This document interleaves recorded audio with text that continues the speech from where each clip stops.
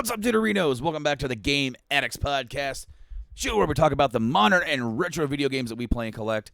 I'm this podcast player 1, Brando, and joining me here today is this podcast player 2, Mike. Hello. Episode 133, coming at you live through the power of twitch.tv/GameAddictsPlay and all the other places we are, Mixer, Facebook, YouTube. We're live there We're now. everywhere. We got that now. We got it down. It works. It all works. That's all that matters. It took a minute to figure it out, but now it works. Be able to seamlessly go to all these different places. Yeah, I know. That's the hard part. Yeah, man. So, welcome each and every one of you to this episode of this fine show. We are here to you today to talk about a lot of stuff. We got a lot of stuff to talk about. Unfortunately, we got to get real a little bit. We don't like doing that. No. We don't like getting real. And but our hand has been forced. Yes. Unless you've been living under a rock, you know that there's been some pretty devastating tragedies over the last week here in the United States. So much that other countries have actually placed travel advisories to their citizens. That's pretty bad. Japan was one of them. The other one cracked me up because of all this. I mean, Venezuela has told their citizens, don't go to the United States. Venezuela's like, hey, man, you don't want to go to the United States. I don't want to get too political because there's people, as gamers, we come here to escape from the realism, from the reality of politics. I know I do a lot because I don't like following it. I like to stay enough in the know to know how much I'm getting effed. You know, but that's fair. Yeah. But and that's that to that end, there it is. But when it comes to like all the other intricate stuff, I don't like to debate about it with a lot of people because you can't change somebody's mind once their minds are made up. Yep. A lot of people don't want to have a debate; they want to like argue. I'm not in that. They want to force their opinions upon thee. Exactly, and the only thing that we understand that this is one side of the political aisle is going to blame the object, guns, in this case, and the other side. Now, again, I'm trying to be as objective as I can be. I'm looking at this away because I don't give a crap if you have guns. That's my opinion. I don't care. I'm not going to be this dude over here that says you should, get rid of them. I'm not going to get in that argument with anybody because I have no horse in that race. I don't. Here's the thing, though. The other side, who are against the banning or controlling of said guns, get money from gun organizations. Yeah. Because that's our politics in this country. It's all underwater, under the table money passing and donations. So whether or not they really believe it or not really doesn't mean anything because they're getting money. Nike could come onto this show. Guys, we want you to wear Nikes on this show. We want you to have your feet up, propped up, that way we can see your shoes. Okay? Can you imagine that? No, it would be ridiculous. But if they said we will give you free shoes and we'll pay you $100,000 a month to do it, guess what our asses are probably going to be doing? Sitting here wearing Nikes. I hated these shoes when I bought them. I hated them. They hurt my feet. They were the worst things I ever wore. And now they're like shaped to my feet. And even though there's spots in the back that are wearing down, they're comfy as hell right now. That's most shoes. I mean, you got to wear them in. We'll see. And by this point, the other most of my other shoes are getting to the point where I'm like, I need to get rid of them. I need to get new shoes. Now it's the point of, man, I just got these to the point where like they're broke. Tangent. The side that is against the banning of guns and get money from these guys are trying to sway and push the agenda over to something else. Yeah. The mental illness thing. Oh, we have such a mental illness problem in this country. I mean, so does everywhere else. Yeah. It's just all in what people do when that happens. But then the same guy that's like going on TV and saying that, our leader, quietly passed a bill that made it to where mental illness patients, I'm not sure the correct terminology, people who are afflicted have an easier time of accessing weaponry. And that was just 2 years ago. Mm-hmm. And it just boggles the mind a bit. Okay, but then the other thing is, we gotta do something about those violent video games. Just like in the 90s. Stop. Oh no, I've already saw it. Yeah, we're disconnected. No. Right there. Oh. You're disconnected, and we are reconnecting. Oh damn. Yep. Well, we're still recording. We are still recording. There it went. We were now back live. Yeah. I wonder why we went down. I don't know. Technical difficulties, folks. You have good internet too. I do have good internet. Yeah. I mean, it just randomly dropped. Could have been anything. So like as I was saying, we gotta do something about those video games, right? Those damn violent video games. Yeah, those that's what grisly, they say. gruesome video games. That's what our president said. We've heard this before. Oh yeah. It's an endless circle. Okay? Basically, and this is one man's opinion. If a grade school getting shot up and 12 kids getting killed wasn't enough for there to be causing any legislation change, then nothing will. Here's my thing. Mass shootings are only 1% of gun violence in the United States of America. We make a big deal out of them for what purpose? I get it. I do. I understand. Don't be yelling at me here. Mass shootings of kindergartens and stuff like that's absolutely no good. Absolutely, in any world, not acceptable. But one of the highest places in the world has a ton of gun laws. But guess what? People get shot there every day, and that was Chicago. So it's if people best thing in prison, they don't have access to guns in prison. How many people get killed in prison all the time? If people want to kill people, they're going to kill people, regardless of how they're going to do it. They're going to do it if that's what they want to do. All right, so that's my opinion. The idea that they're saying that video games are to blame, video games, homosexuality, and lack of religion are what's being tossed out. That sounds like the right. Right. That sounds like 100% from the right side. Okay. So we got to do something about these damn video games. It's you're training people, but you never want to ban Nerf guns. Yeah, how are you training people with a video game with I got one. With this. This right here is teaching me how to shoot people. What about maybe they're trying to say it's teaching you to become disconnected. But what I was saying about Nerf, you don't want to ban Nerf guns. And you know why they don't want to ban Nerf guns? Why do they not want to ban Nerf guns? Because it's Nerf or nothing. You're right. Yeah, you're right. Okay, no.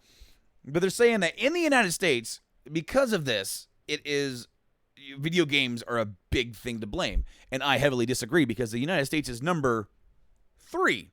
We're the number 3 biggest market for video games. Yes.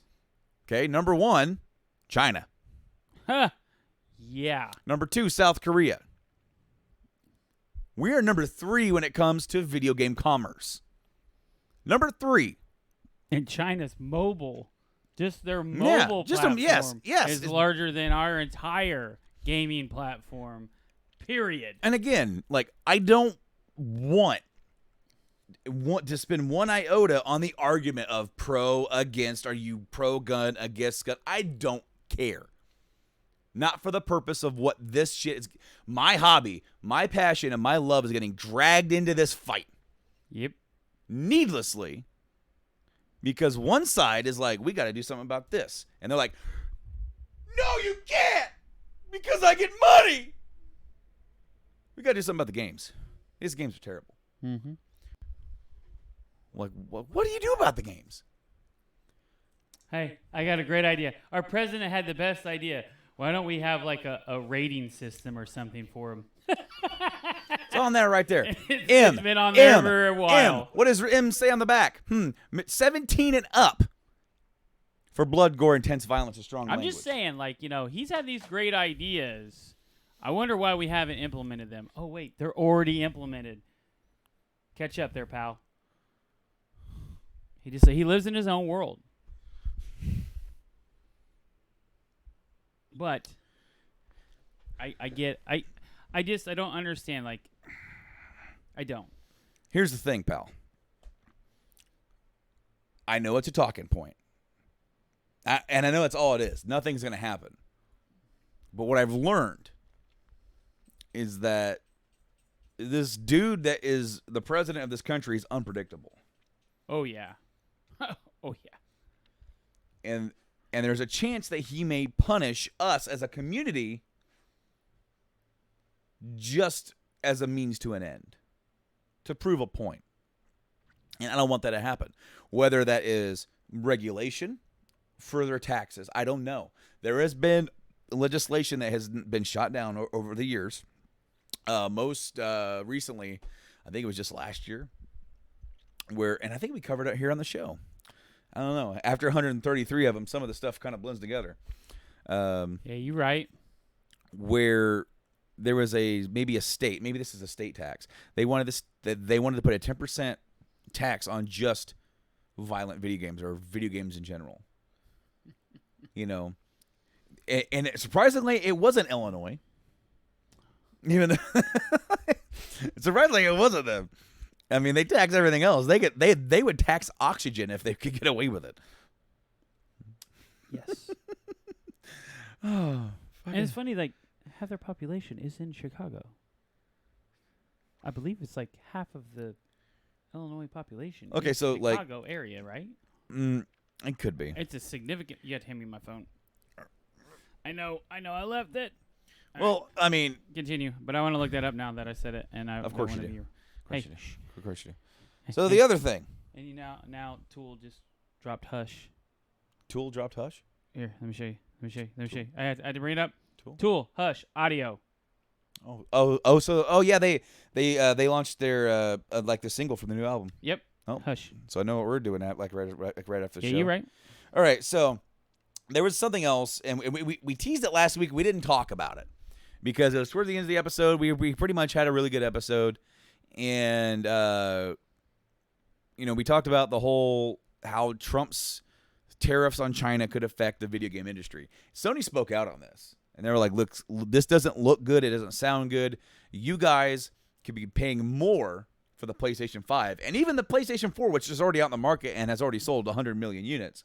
I'm pretty sure they don't necessarily care as much, but still, when you're thinking that they're going to start rolling out the PS5 and they already have a market, price for that set dedicated, like, okay, whether it's going to be 500, 600, we don't know yet.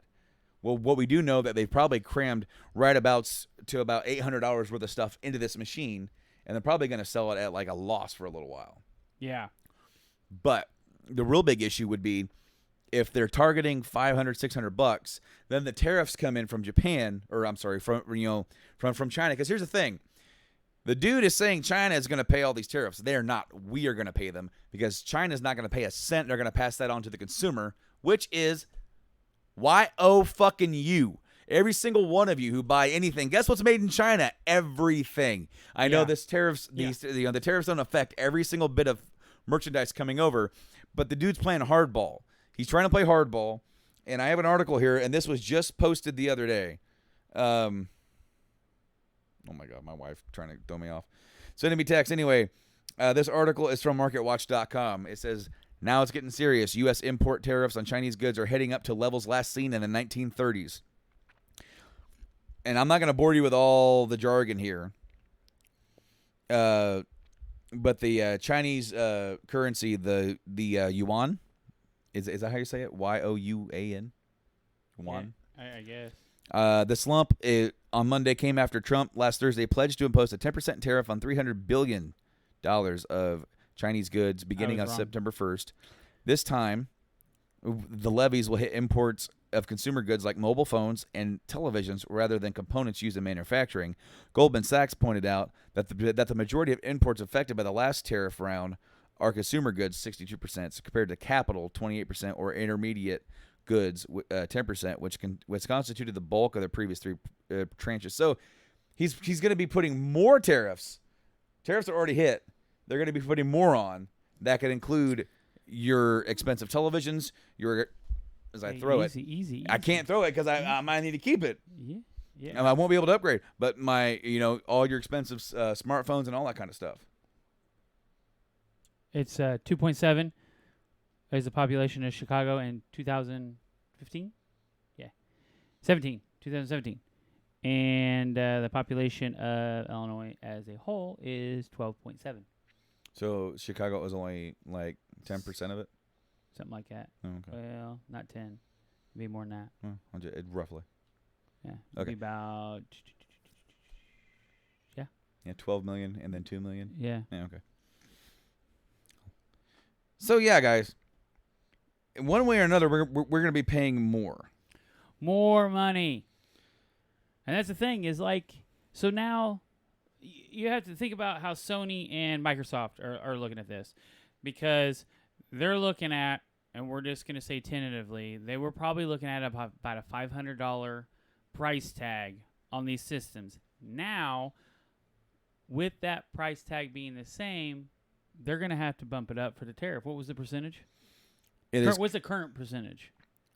Well, hold on.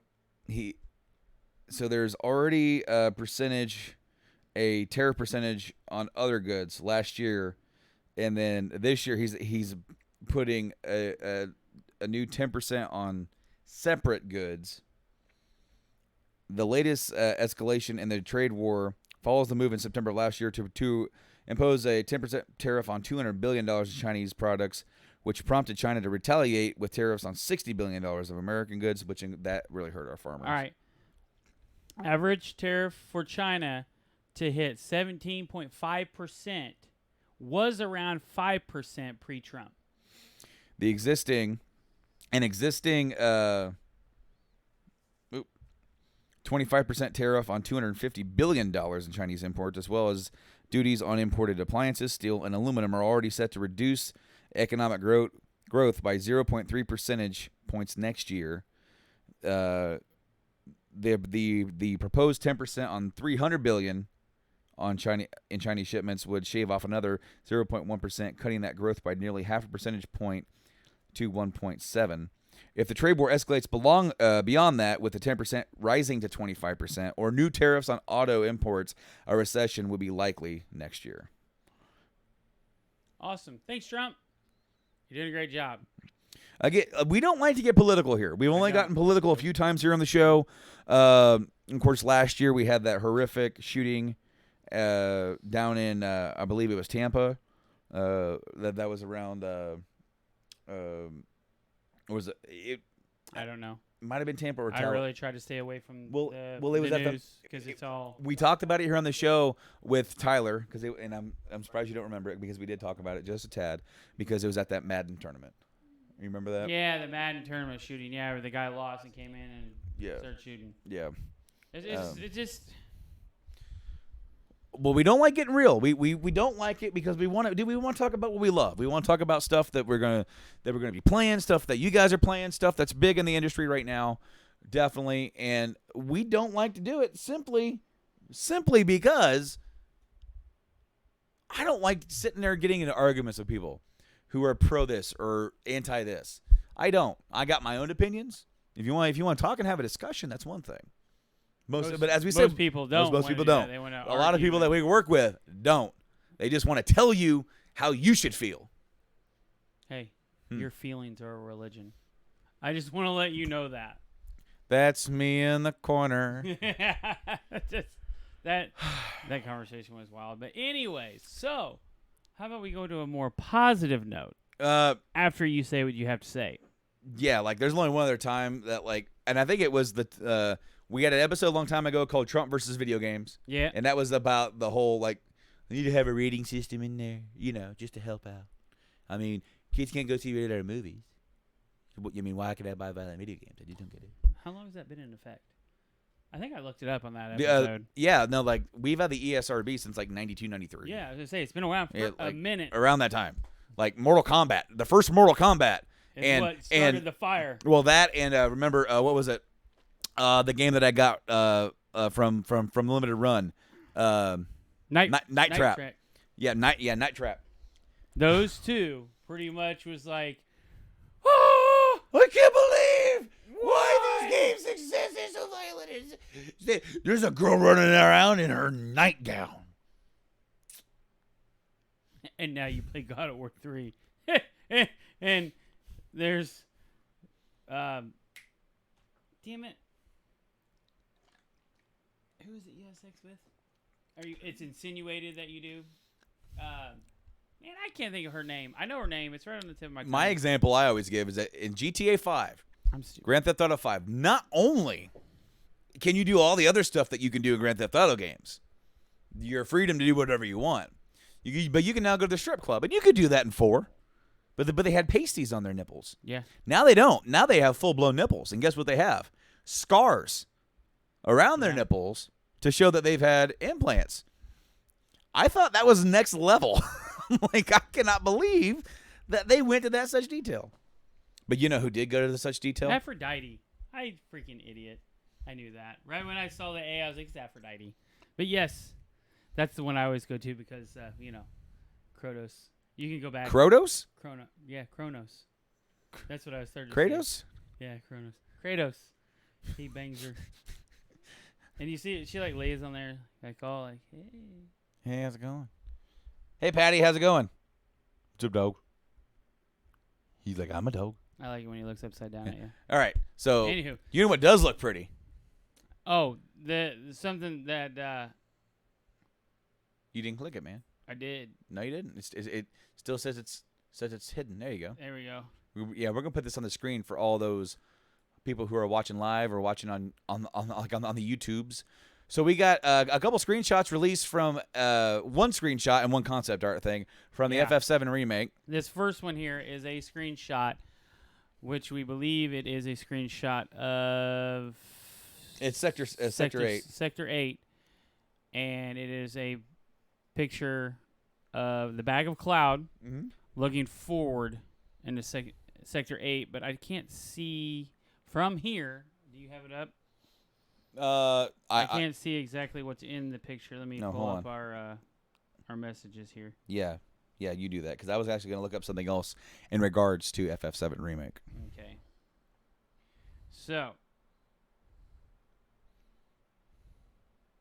I see the Loveless. Welcome, Loveless. Yep. And that's about the only. Whoa. That's about the only real sign that you can really read.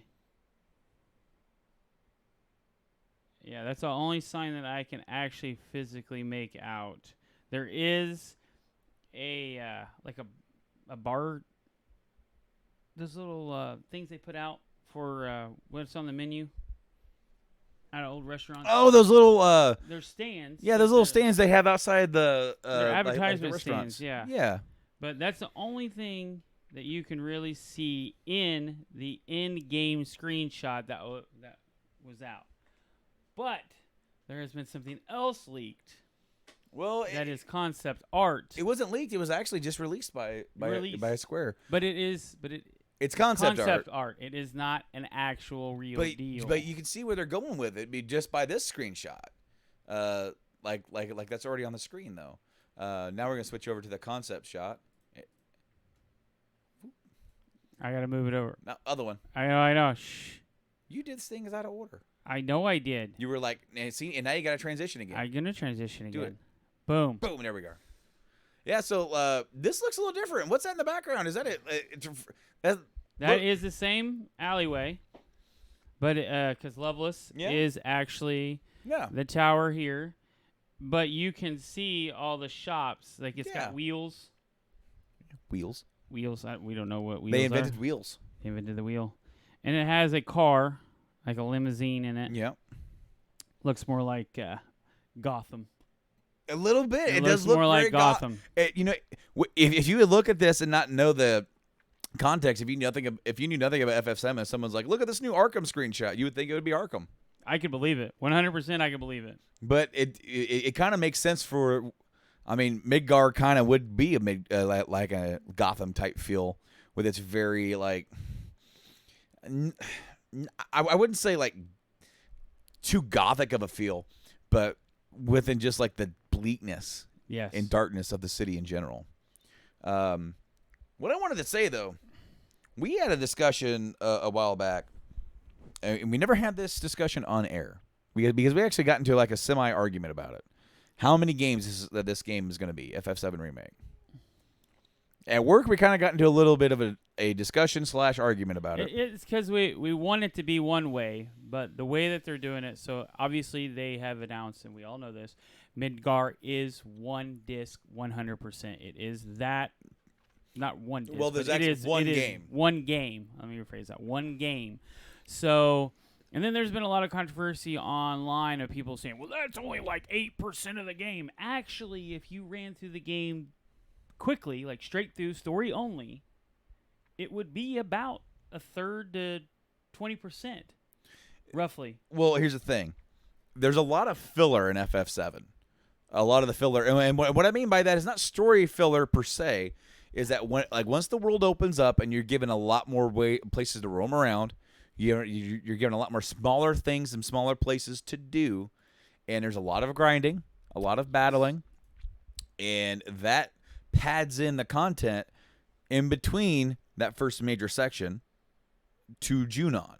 Yes. Even though you go to Calm, Calm is not very big. You're in the past. You're in the flashback for most of that.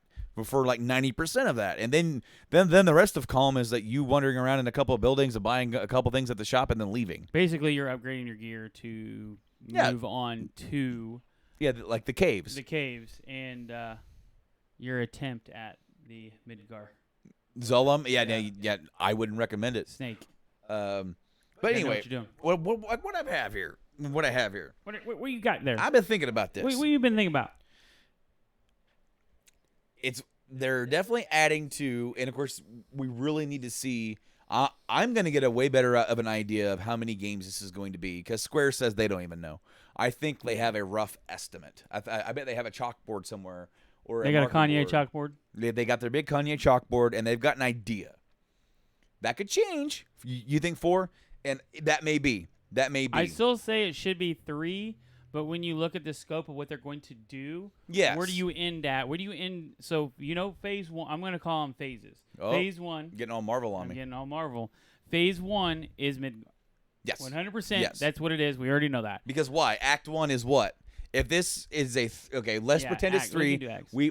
But I mean, when you're telling a story, whether it's one game or a planned trilogy, a lot of trilogies don't necessarily follow this. They're like, oh, the next movie is this thing, and when you're writing a story, whether it's a novel, whether it's a movie, you have to typically follow a 3-act structure. That has been forever and a day ago established. Yes. Because what is Act 1? The introduction. Okay. That is basically what Midgar is. Introduction, and right at the end of that introduction, you have plot point. A major twist that provokes the beginning of a new act. So you're saying go all the way to the City of the Ancients? No. What I'm saying here is that for their Act 1, for Midgard, the major plot point that's going to be kind of a twist is all of Act 1, you're fighting Shinra. President Shinra is the bad guy. The twist at the end of the game is the real bad guy is Sephiroth. Oh, I thought you were doing the 3 acts. We are, but we're spreading out these 3 acts. There still needs to be 3 acts within this game to tell its story. But when you zoom out on the overall arcing plot across the games, it should also theoretically follow the same act structure. Whereas like you have the main introduction part is this first game. This first game has its own 3-act structure within it because what is the second act? The rising action, the stakes get higher, and then you have a second plot point twist that provokes the beginning of a new act. And then right after Act 2, Crisis. That is it. Act 3. That is what starts Act 3 is a crisis. And FF7 for Midgar, what would be that crisis? The plates. The plates. So then what happens after the plates? They storm the fucking building. You run in there, and then you have because you have the rising action, and then after that, right after the crisis, you storm the building. What happens? Falling action. You then start getting to the resolution. That resolution is the pretty much the faltering of Shinra to a point because of the death of the president. Right. At the hands of Sephiroth, which sets up the next game. So then when you have the introduction and the major plot point, the major twist that provokes the beginning of a new act, that is the emergence of Sephiroth and the bigger quest. So then we have rising action and the stakes get higher following Sephiroth. You follow Sephiroth all the way, and you're doing the whole reunion thing, and you don't even know it. Next major plot point. I mean, you have a lot of plot points going on through that part of the story. I was going to say, there's a lot of character development. But what's the next major plot point? The next major plot point would be... it'd be Temple of the Ancients. No, I disagree. Okay, because you have... I mean, the thing is, you can't argue. It's hard to do this because you've got Barrett's plot point. That's a huge characterization. No, and yes, Golden Saucer. But, and then but for the overarching one. Actually, the big one would be the return to Nibelheim? Nibelheim. That would be your major twist because that's where you have your flashbacks of him walking through with Sephiroth. And Sephiroth going crazy and burning it to the ground. That would be my twist in that. So. Or major plot point. Now, because you can have a couple different plot points throughout the acts. These are just simple, structured, because I would have that point, and then I would have Temple of the Ancients point, and then the thing that ends the whole thing, because then you get to the crisis that is Aerys' death. Yeah. Boom. Falling action. Beginning of Act 3. Well, you definitely have to end. Well, the end of Act 3 is then the following, and the resolution of the second game, the second act, would be the death of Aerys. That has to be the end.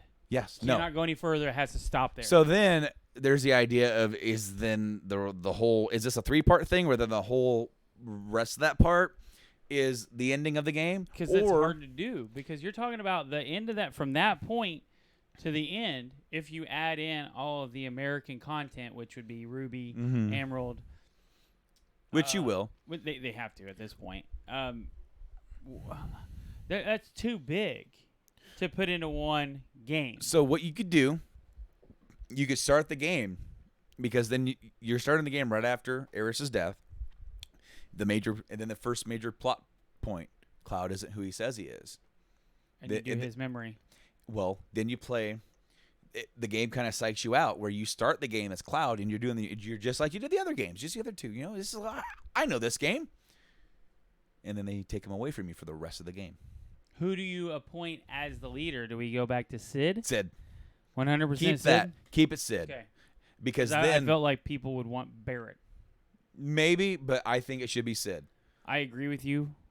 I think Barrett should refuse it, and it should be Sid, just like he does in the original. He thinks that he should not be the leader due to the fact that he allowed the plate to drop and kill all those people. So you have a whole like a large portion of the game where you don't play as Cloud, you play as Tifa and Sid, maybe even Barrett. You know, just depending on locate whatever situation, and then you go through the whole thing of getting his memory back, and then you finish that story arc. You finish that story arc at the end of the huge materia thing. Yeah. And then it's like the idea would be what if you like how then where would you end it? Right after space? Or would you start the next game, the final act of the game or of the entire series with the return to Midgar and the storming of Midgar? Man, but you'd have to make Midgar huge. Well, you could do again. You'd basically have to take the old Midgar, put it in there, and add in more. Yeah, we don't have the second screen. Sorry, so you're getting close. Okay, so yep, I don't have the second screen set up, but we have Aaron T. Hey, I've been watching since episode 20, but haven't only decided to talk to now. I love the show. Thank you Thank you so much, dude. Awesome. Appreciate it. That's a long time, dude. Thank you so much for all your love and support. We're here for you. And by all means, dude, don't be afraid to chit-chat with us. We are here, and we're just two dudes that like talking about video games. That's all we do. That's all we do. So if you do three, you would condense all of that in like the huge materia, Cloud finding himself, the whole stuff up north, and the entire end into one game. If you split that into two parts, where you like, man, that's so hard to do. You would have to do You'd have to do the break. You would stop the third disc, I keep the saying act disc. or I always phase say or disc whatever. because damn it has so many discs. All right, the third one, I would stop it where they're on the break, where it's insinuated that Cloud and Tifa have a night of.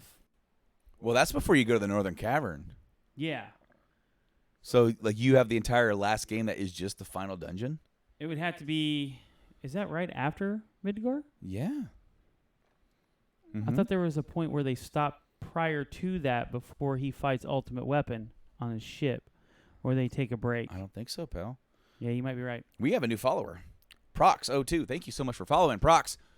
Hearts from Aaron and Prox. Thank you guys so much. But yes, we. I don't know, man. Because you'd have to do Midgar. You would have to include Midgar. Obviously, the fight with Diamond. Now, see, you don't have. Okay, so if you have the first game that's all Midgar, and then when you return to Midgar, you do a whole other area. Well, would you limit that scope then? Like you know what I mean? Would you limit that scope to being like only certain areas to then? Well, because then now you're going back to Midgar. Whereas, like with the first game, you're just in Midgar. After that, you don't go back. I know that, but I'm saying you add more stuff to it. But there are certain places that I believe that you should be able to roam. But here's the thing: Crisis Core, you were allowed to kind of go out into more sectors. Yeah. So. And I assume like they're trying to make with this that more Sector 8 thing. I bet, and they're making that bigger because there's only one spot in FF7 where you're in Sector 8, and that's for in the very beginning after the bomb went off. Yeah. So it's like. So, I mean, there's just so many different things. I believe that you need to include Sector 8. Yep. Again, because you could go back and purchase stuff because that's the mart. I mean. Well, and you're also going to be, that's where they have, like, that's where you actually do return to when you go back to the service. Yeah. To storm the cannon, so. So there's a lot of, there's just so much stuff that you can do. But if you want to move on. From FF7, there's not too much else to add. We're going to talk about our old friend Anthem. God, still got it on the PC. So Anthem update 1.3.0 has finally arrived, and it not only includes the Cataclysm event, but also includes a plethora of other goodies, including a host of bug fixes, weapon changes, and item tweaks. Cataclysm is a themed season-long event that offers unique rewards and challenges for its duration, and then leaves Bastion changed when it ends. Now, this was slated to launch in May. Did they fix the loot? So, did we fix the loot? Along with this, we have inversions, set of gameplay modifiers that now impact how you face the challenges of the Cataclysm. Leaderboards. Finishing content in the Cataclysm mode as your score. Your score is updated to the leaderboard at the end of your run. Seasonal currency. Complete challenges and content to earn minor and major crystals and spend that currency on the rewards and the seasonal store. $10 says that turns into a loot box to buy more crystals because, it's EA. A seasonal store is a new store that features the limited rewards for purchase with the seasonal currency. So, to add to that, I saw a video. It might have been Young, yeah, because I watched a video on this update, and then somebody else was talking about how essentially how EA is reacting to Anthem is pretty much identical to how they reacted to Mass Effect Andromeda. Pretty much like Mass Effect Andromeda came out in March, 2016, 2017, something like that. Yeah, it might have been 2017. And Like it comes out, it does this thing, and there's this huge backlash against it. And by May, they're like, "No, we're still dedicated to this game. There's going to be some awesome multiplayer and single player content coming your way." And a few months later, they're like, "What's that? We didn't know what you're talking about." Yeah. So basically, the same thing's happening with Anthem. With Anthem's launch, they talked about it a lot in May during their earnings call, and their earnings call just a week ago, it was barely mentioned. Because they consider it a massive failure, because it is. Whenever Call of Duty Black Ops 2 has more activity than Anthem. This is a brand new game. I don't even know when Call of Duty Black Ops 2 came out. A long time ago. Probably 07. I'm just throwing out a number. No, I'm probably wrong. No, it was probably 2011, 2012. Yeah, but right. it doesn't matter. The fact is, it's old. It's old, and it is on the 360. Last generation, and it is being played more on the Xbox One than Anthem. And that when I went and looked, there is a site that shows percentage how many players are concurrent on. Mm-hmm. They've got it to where you can't see it. You cannot physically see how many people are on Xbox, PlayStation, or PC at any given time on this website, and it shows you on the other ones. So that's telling me that they're blocking it because they don't want people to know that this game is an absolute failure. And the gamers are literally saying, "Hey, the game actually plays phenomenally. We like it. It's awesome. The gameplay is freaking awesome. But one, there's only 4 people out on a map at a time. You need to bump that up, kind of like Destiny. If you're going to make it like Destiny, make it more like Destiny, in my opinion. 2, loot. That is the number one thing gamers are complaining about on this game is the loot. I can play it for like 100 hours, and my loot tables suck. Do something. And then there needs to be massive story upgrades to this game, because literally you just thrown into a world you don't know anything, and then I put 100 hours into it to unlock the there's the challenges of whatever. I can't remember the name of it.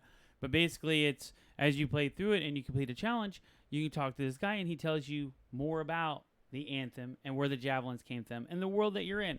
This should be like the opening ceremony here of you talking to this guy and him explaining it to you.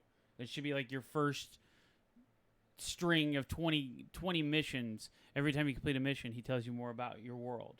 And then dive deep into the game.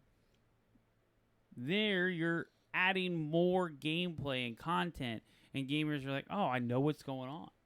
I know what this is." Not through the series of stories after you completely beat the game. And dived 100 hours in just to complete all the challenges to get it. That's ridiculous. There's my rant for the day. Yeah, no. Cast. I thoroughly believe that Anthem should be. I mean, let it support it for a year, and keep putting out stuff for it for a year, and then after that, pretty much cut major support for it. Here's the thing. You know, when this mixed team, new team for BioWare, the team that made Mass Effect Andromeda, made a game that's better than the core team from BioWare, a AAA studio. That new team had never made any game. Much like they only did DLC and multiplayer. That's it. Never played they never made a full game. They never made an open world game. They never made an open world RPG. None of those things. All those things that Mass Effect Andromeda was, and they created. You can have your nitpicks. You can have say, "Oh, the story's not that great." You can say, "Well, the gameplay's," because the gameplay is awesome in Mass Effect Andromeda. Except it is extremely repetitive. Absolutely no. What I mean by gameplay, the combat, traversal, that stuff is fine. It's repetitive. Okay? When all things considered, Mike, when I say that a story, it's not that riveting. It gets good eventually, and the gameplay's a little repetitive. somewhat repetitive. In the long run, especially when you're rear view mirroring it, and you're like, well, it wasn't as bad as we thought it was it? Because then look at the game that we got. Because then, it's revealed that the game that was debuted as Anthem, that wasn't even gameplay. That was pre-made. That was a gameplay pitch because the developers who were working on Anthem didn't even know what the gameplay was supposed to be like until they saw the video premiered at E3 in 2017. Isn't that messed up? It's EA for you. I'm sorry, but at this point, I'm not just going to put the blame on EA. That was a BioWare. They cannot just say that was EA. That was them all the way. Here's what I'm telling you, people who are from BioWare who have ever listened to our show, which they don't. But if you are just happen to hear my voice at this moment and at this time, you guys are making Dragon Age 4. Don't screw it up. Number one, that. Number two, I know and I respect, even though they launched a terrible game and it didn't deliver any of their promises. No. They tried to do something new and they tried to create something different. It wasn't exactly Destiny. It had aspects from that. They were trying to merge it with what they knew, and I respect that. Even though it failed, I respect it. Here's the thing. You had Andromeda, which failed in the eyes of the hardcore fans even. More so with the eyes of just like regular gamers that were like, yeah, no, this game. I'm not playing this game.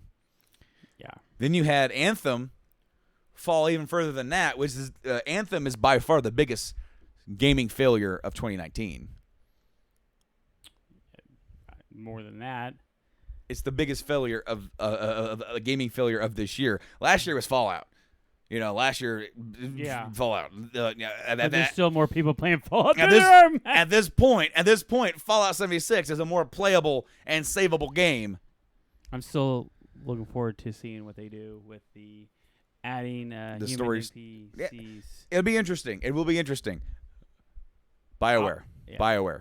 If you're listening to me right now, my advice to you, when you're making Dragon Age 4, when you're making the next Mass Effect, take a step back. Look at yourselves. See what you did wrong. Not just with making a big online game, where you went wrong making a game. Remember what you can do right. And do it.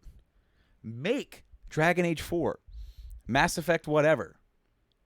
Take a break. Make those games the best BioWare games that you know how to make. Because guess what?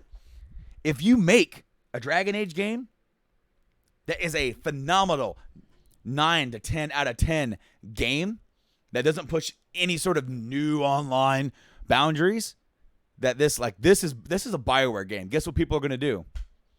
I'm buying that game.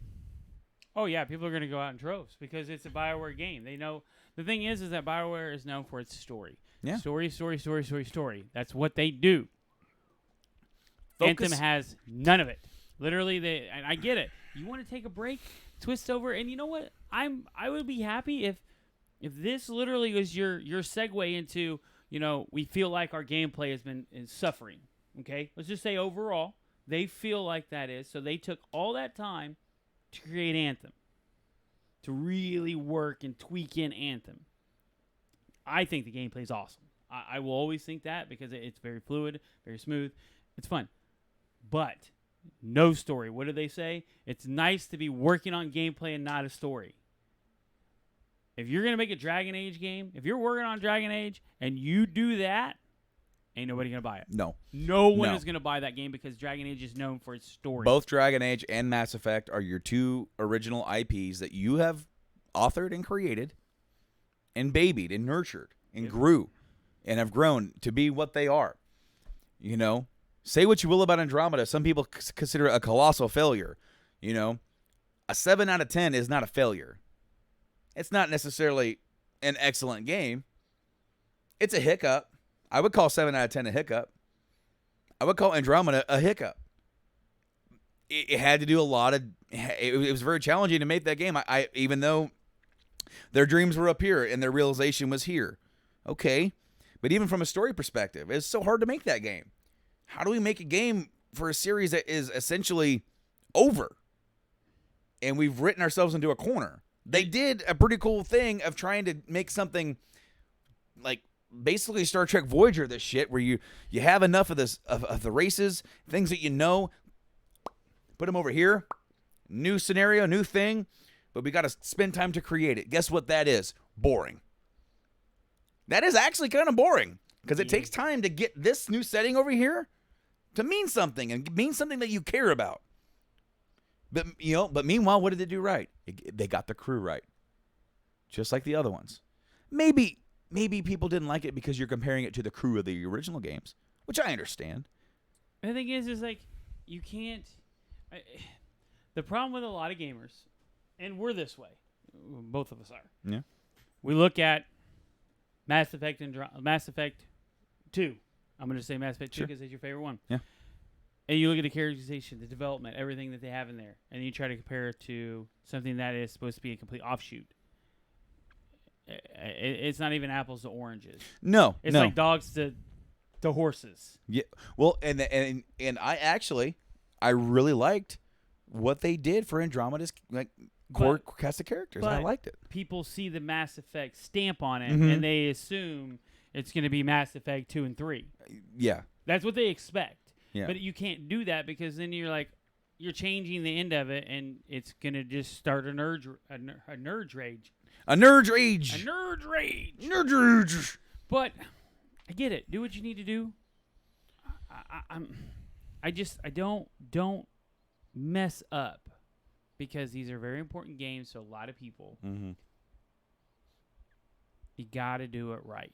We'll be covering that here, of course, when they do. Moving on, we have Gamescom coming up here in about a week or so. Yeah. August 19th, it will be the live show. Gamescom is kind of like the E3 for over in Europe, but they don't really necessarily have separate conferences. That's usually like one kind of big conference, and they all just come in and they have some smaller announcements. There are going to be 15 game publishers will premiere new content and make announcements during Gamescom's opening night live. I hope THQ Nordic announces a release date. I have a list of everybody who is going to be there. 2K, Activision, Bandai Namco Entertainment, Bungie, Capcom. Ooh, new Bungie? Bungie. The new reformed Bungie. And they took the IP with them. Yep. Let's see what they're going to do with it. Capcom, EA, Epic Games, Google Stadia, Koch Media / Deep Silver, Private Division, Sega, Square Enix, Sony Interactive Entertainment. Ooh, pause. So, you said Square's going to be there? Yeah. I bet we get more gameplay. Maybe. I guarantee we get more gameplay. And then Sony's going to be there, so maybe we get some stuff. I wonder, I bet we get a little bit more of Death Stranding. That is the only game that is confirmed that's going to be there. They're going to show more from Death Stranding. But the question is are we going to see some Last of Us? I bet not. I don't know. THQ Nordic. Yay! And that's my game. What's that game called again? Biomutant? Biomutant. See, I've already forgot. See, that game is supposed to have been out by now. It ain't out. Yeah. I haven't said shit. Ubisoft, and then, of course, Xbox Game Studios is going to be there as well. So we'll be covering that probably not next episode, but episode after that. On a weekend. Yeah, probably. It will be. We'll get it all figured out. Yeah. So you mentioned Last of Us Part 2. Yeah. I got something here for us. Ooh. It's not anything. It's a tease. Well, they gotta do a little tease. They gotta dangle it out there and go, "You want this? You want this?" Not yet. Troy Baker, of course, he voices our main man Joel in The Last of Us, and pretty much any other character in any other game ever. Yep. He's the man. He says, quote, "There is nothing about this game, nor the reveals, that hasn't been 100% carefully crafted and methodically curated." He said, "All I can tell you is that as much as you're clamoring for it, you're not ready." Oh, you gonna deliver? Damn, I hope you deliver. I hope to ever. That Ellie finds out that she could have saved the entire human race Okay, so I played through the game last year, and then that was my first game I ever streamed. Right. You can check it out on our YouTube. It's very rough. I actually do plan on restreaming it before 2 comes out. I'm gonna restream it the whole thing. We gotta know when though. We need a date. We need a hard date. Once we find out, I'm gonna restream the whole game because I want it to be because the last 2 parts of it were like in the quality after I got the laptop. Yeah. And then the early ones were just from the PS4 quality, and I had connection dips. I kept getting cut. It wasn't very good. I had my mic in the PS4 Gen engine, so yeah, big loud fan. Yeah, so here's the thing about The Last of Us Part 1, the original. That game is an emotional roller coaster. Yes. And I have no doubt in my mind that the second game is going to be just as much. Oh, yeah. The fact that he's saying you're not, as much as you want it, you're not ready for it. I can't wait. That makes me see. That was enough. That was enough. That's enough to set the tingles. So something else that's going to be coming out on the other side, and I know you're not a fan of this, but I actually thought this is a really cool looking system. Gears of War 5 is coming out soon. And there's a new limited edition Xbox One X. Ooh, let Papa see. And it is ice, because a lot of the theme for Gears 5 is snow and everything. Right. So it looks like ice. With the Gears of War skull in it. Mm-hmm. It's all cracked, and it's like all... That's good looking. Even the controller. Whoop, whoop, whoop. It's good looking. And it's a 1 terabyte hard drive, Xbox One X, with the game. And it is $500, which is the same price as all the One X's. I was hoping you said like 4, 3, and I was gonna be like, I'll buy that. No. Even though I won't play Gears of War, I can just give it to you. Here's Gears of War. Yeah, yep. So of course you can get the 1 terabyte S for $300. But it's just a standard. What else do you get for that? There's a couple other games. Hold on, load picture. It's all blurry. Load. You get 1 month of gold. Yeah, that's pretty standard now. I cannot see if it's actually includes other games or if it just tells you Game Pass, which is probably what it is. Yeah, it's probably Game Pass. Game Pass is a great deal anyway. I still have my Ultimate, and I don't even use it. But I'm not getting rid of it because why would I? Yeah. It's $1. I paid $1 for it. So only a few more things to report on. Rumor mills. Bully 2 releasing next year for current and next-gen consoles. I disagree with that. I don't know. The report comes from Bully-centric YouTuber. All he does is talk about Bully. His name is Swegta. Swegta.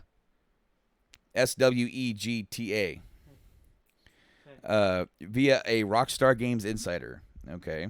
And, of course, it's an anonymous source. It's saying that the game will be coming out next year for both consoles. And that there's a big... this goes along with another rumor, which I hadn't heard this rumor, but I guess I'm not a frequent visitor of Reddit enough. That there's going to be some sort of an announcement in September this year. We'll see. I'm okay with that. I'm okay with it. It would kind of surprise me, but in a way, since it's like this game is not going to be like a Red Dead where you have like you have all the teams working together on it. This is probably more so like one team with a bunch of other teams chipping in. Yeah. I think they should just remake Leisure Suit Larry and be done with it. Yeah. Anywho. News. DuckTales Remastered being removed from digital stores tomorrow or today as you hear this on podcast services.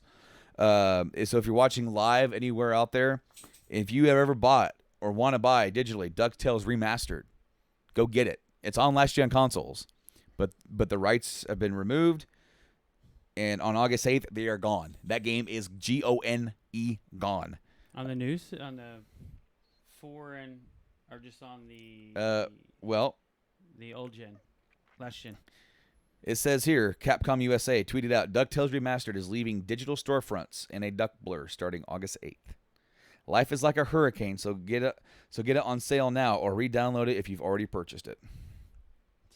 So if you have the game digitally and deleted it, re-download it on whatever you got it on, because it was on the PS3, Xbox 360, and Wii U. Go get it. Are there physical copies of that? Yes, and I have one on the Wii U. Yeah. If Definitely need to get track down a physical copy if you can. It's a great game. It is essentially the NES DuckTales game remastered with new graphics to look brand new, and they got all the old voice actors back for it from the cartoon. It's awesome. It is phenomenal. If you love that. So here it is. Here's the exact timing of the delisting. On the Wii U, August 9th at 4:59 p.m. Pacific Standard Time. So on that, you will have one more day. One more day on the Wii U. From when you hear this. PlayStation 3, August 9th, 8 a.m. Pacific. It's in the morning, and that's even earlier on over on the East Coast. But if you have it on PS3, go now. Yeah. Get it or re-get it. And then on the Xbox 360 or Xbox One via backwards compatibility, it is August 8th. That's the 8th, not 9th.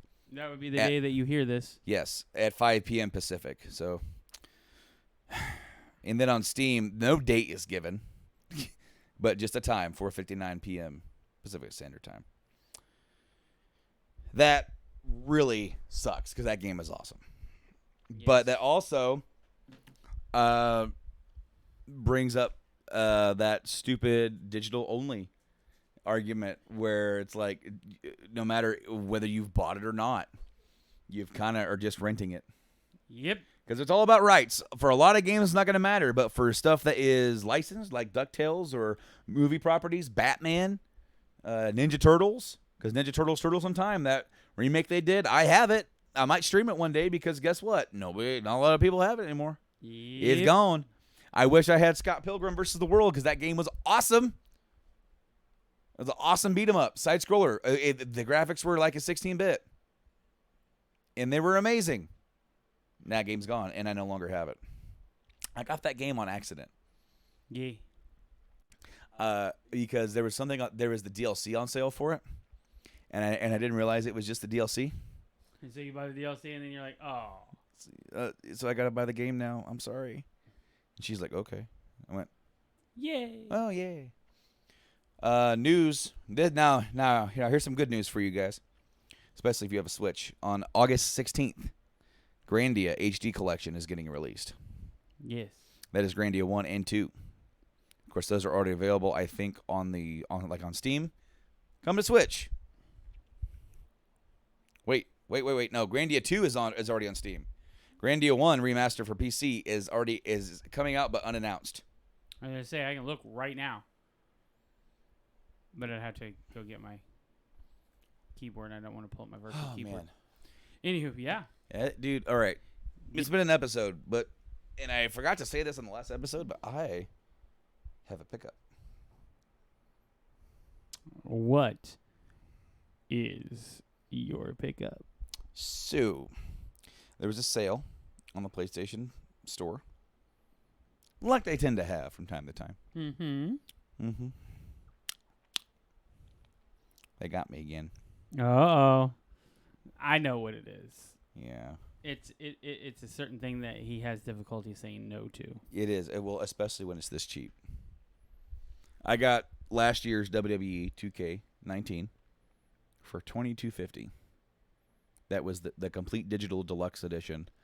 Now you could go out right now and buy the physical copy for like $30.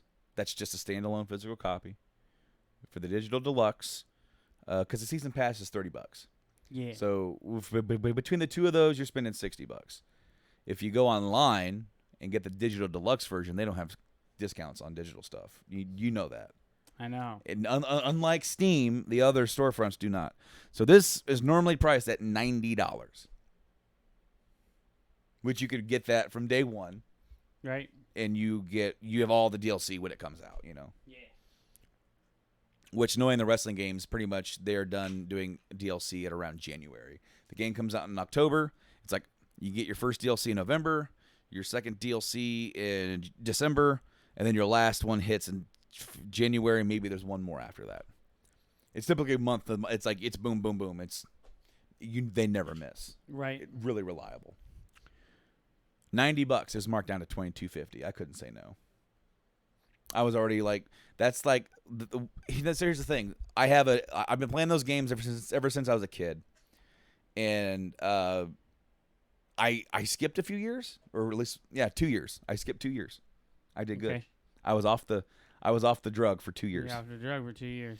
And I refused to get them. And then I think 17 was like, screw it. I'll finally bite and get this one. It might have been a Black Friday thing, but I got it. And I enjoyed where they were going with it. And then the same thing got me last year, but it was like $30 for the digital deluxe, which is still a good deal. But for $22.50, and I had just started kind of replaying the 18 just to mess around. It's like something to do for an hour to a half hour when I'm just sitting in the living room.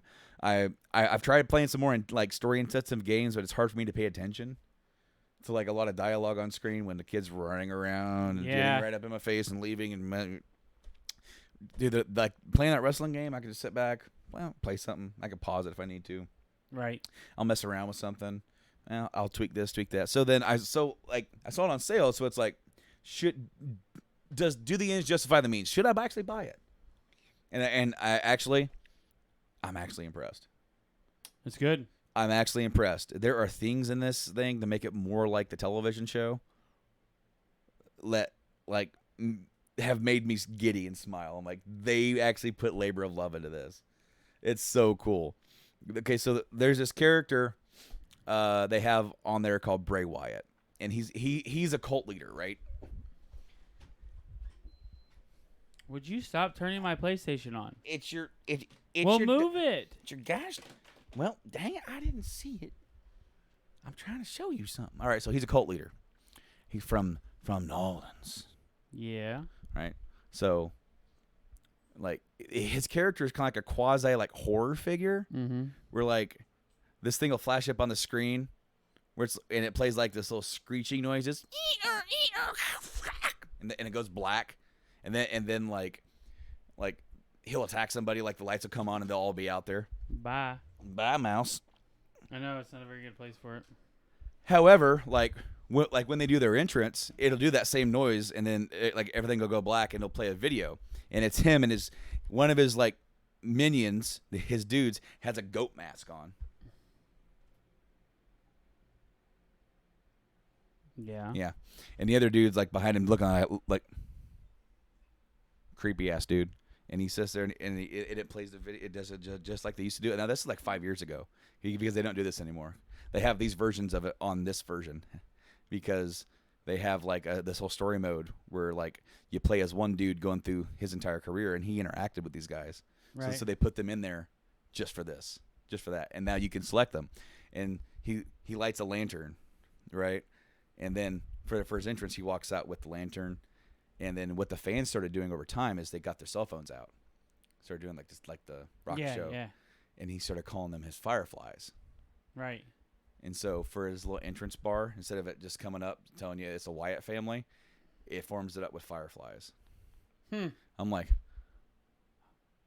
this is cool. This is cool. Anyway, no, they made a lot of changes that I really liked to the overall universe mode. I really like messing around with that stuff. Give myself full creation. They made a lot of changes that I was bitching about for the last couple of years. So cool.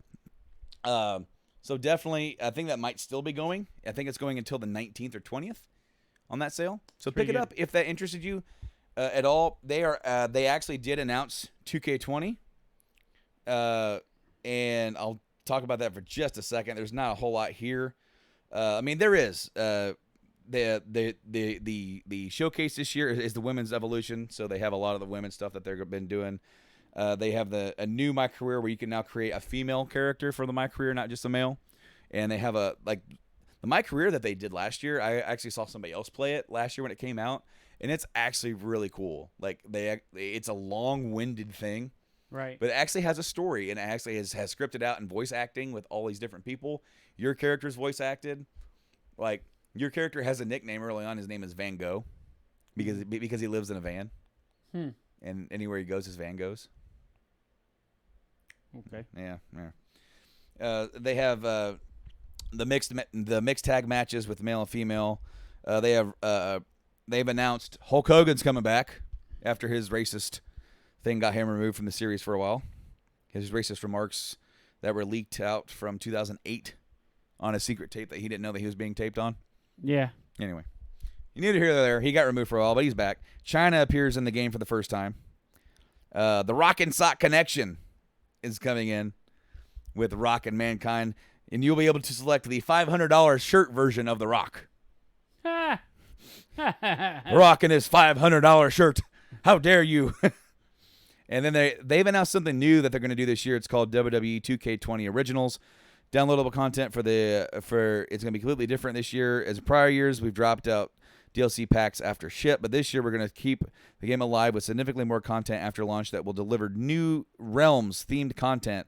What has been hinted at is like Swamp Thing, werewolf, zombies, different shit. Huh. And they are releasing a SmackDown Collector's Edition, the 20th anniversary edition of SmackDown. That's going to be $130, but you get an autographed plaque of either Rey Mysterio, Edge, or Kurt Angle. It's one of the three. And then you also get a numbered piece of the ring skirt used during the time period of 2002 to 2006. Oh, that's actually kind of a big deal. That's kind of cool. I mean, if you're a huge fan, that's huge. So if you bought the digital deluxe version, it's already $90. Right. So if you spend an extra $40, you get some cool collector item. Yeah. That's not bad. Will I get it? No. It'd be cool if you got Mysterio. No, it would be cool, yeah. But I'm also a huge Kurt Angle fan too. Right. So, and I also like Edge. So it wouldn't matter to me who I got because it'd be cool either way. But am I going to pick this up at launch? Because you know what I'm going to do? I'm going to wait till next year's sale. I'm going to wait till next year's sale because guess what they're going to do? You don't want those signed? Here's the thing. I do. But this game comes out. I don't know why I did all that. I don't know either. October 22nd. October 22nd. You know who comes out on October 20th? My kid. My second kid. Yeah. It's a little too close. A little too close. What I'm going to do, I just got this one like 2 weeks ago, 2K19. I'm enjoying it. Having a lot of fun. So I'm going to enjoy it for another year. Here, but think about this. What? I'm going to add it in. You'll be out for a week. You right? So you'll be able to. No. You'll have time. No. You'll have time. You'll have time. You'll have time. I mean, you can pick it up. I mean, come on. You're talking about a piece of the skirt. I know. A piece of the skirt. I know. A signed autograph, anything, whatever it is. That it's like a plaque thing. It's like a plaque. Somebody's get their teeth plaque scraped out and sign it. It's kind of disgusting, really. That was pretty nasty. I don't know why you said that. I don't know why I said why did you do that? I mean, that's a pretty small signature to get your plaque straight. Micro signature. Micro signature. But. You're such a big wrestling fan. I am. Yeah, I am. But you got to think. This comes with two things. Two things that are huge. And then you get all the DLC. And you get all the DLC. I mean, this is huge. Okay, it's huge. I heard another beep, and I'm like, I didn't do it. I didn't do it that time. That's Patty whining. Okay. He wants to go outside. No. He's saying, hey, wrap it up. Yeah, no, we're about done. No, what I'm going to do, as much as I would want to get that, I just got this one. I'm going to enjoy this for another year because they shut the servers down in May of next year. Right. So by that time, I will have hopefully downloaded everything that I wanted to download off the community creations. That place is awesome. I love it. That's what keeps that shit alive for me. Yeah. Going on there and just finding a whole bunch of cool stuff that other people have created. Yeah. Who are more talented and have put way more time into that than me. Because I used to do that kind of stuff. I used to be dedicated in creating stuff way back in the days of the PS2. I used to sit there like all night and create one dude. I sat down one night and made Sting out of just whatever they had and did a great job. I remember because Nate was sitting there next to me the whole time. I'm just using what I have. I'm using my imagination. What he would look like. He goes, how do you do that? I'm like, I'd sit there and I just mess with shapes and colors. I don't have time for that anymore. Yeah. I can't do that because now it's even more intricate. And I'm just like, now when I go in there to mess around, I'm like, I'm overwhelmed. Yep. I don't even know where to start. But no, I'll pick it up next year's sale when it goes down to like $20-$30 for Digital Lux and it has all this cool new stuff. And that might be my new thing. That might be my summer treat. It's like, hey, guess what, Brando? You got summer shutdown. You got summer thing coming up. You know that wrestling game you didn't buy last year and a new one coming out? Hey, guess what? Get the old one. Play that for a year. And because that's way better than spending like $80 or $90 a year Yeah. to get the new copy because then you're just as bad as the Call of Duties or the Maddens or FIFAs. Which I mean, if you guys are into that, that's cool. I'm not going to shame anybody, but like I had no intention of getting 18 last year. Yeah. Because I got 17, I'm like, I don't need it. When I saw what they were updating to it, I don't need it. And then it was like $30. I was like, yeah, okay, I'm bored. Right. And then when I saw like 19, I'm like, do I really need this? Am I going to get caught again? Then I saw what they actually updated and went, yeah, I am.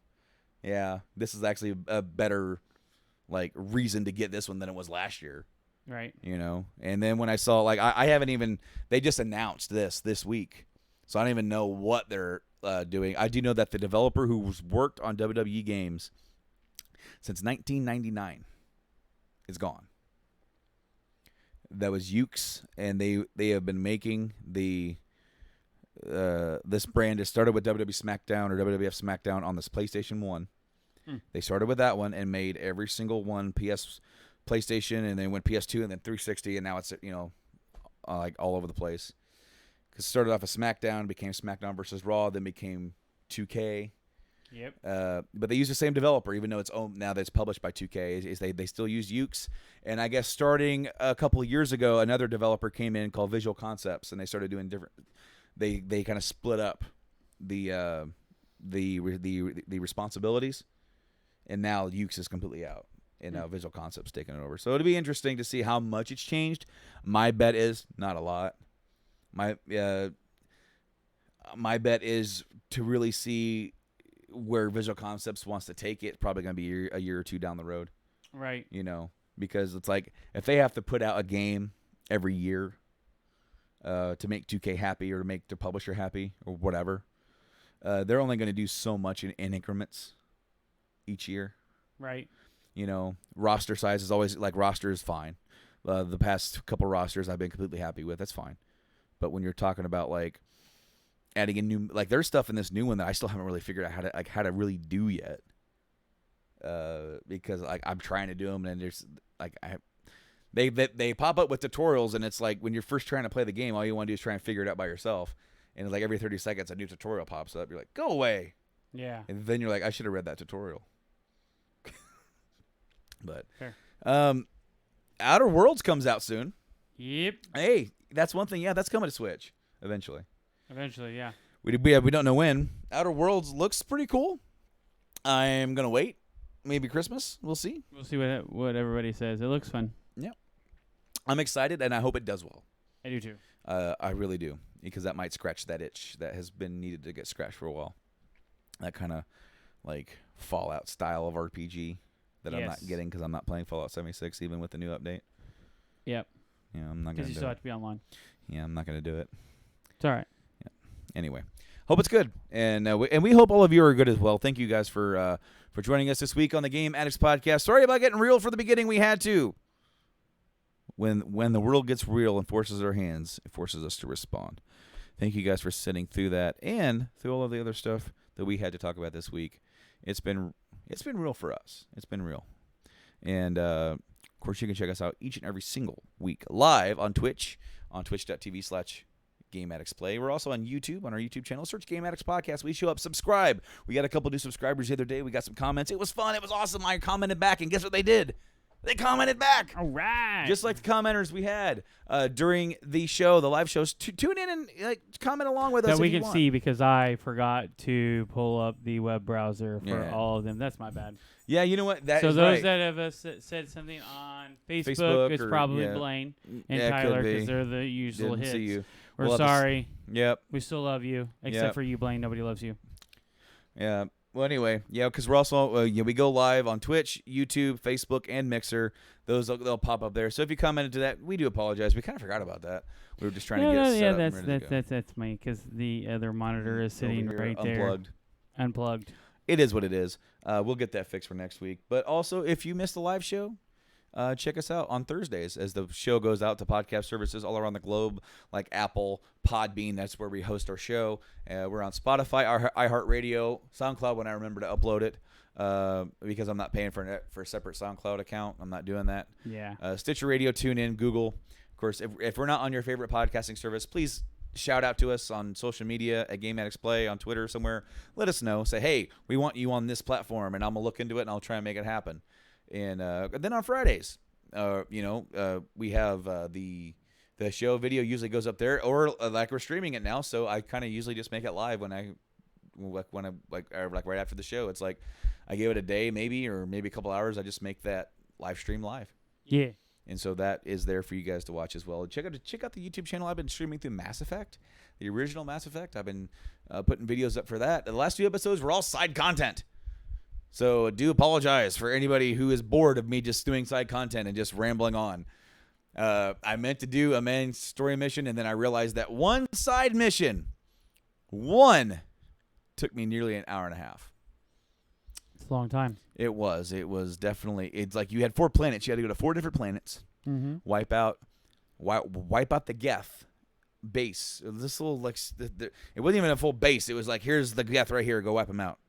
All right, now you're done. Now go to another planet. All right, now go there. Drive there. Wipe them out.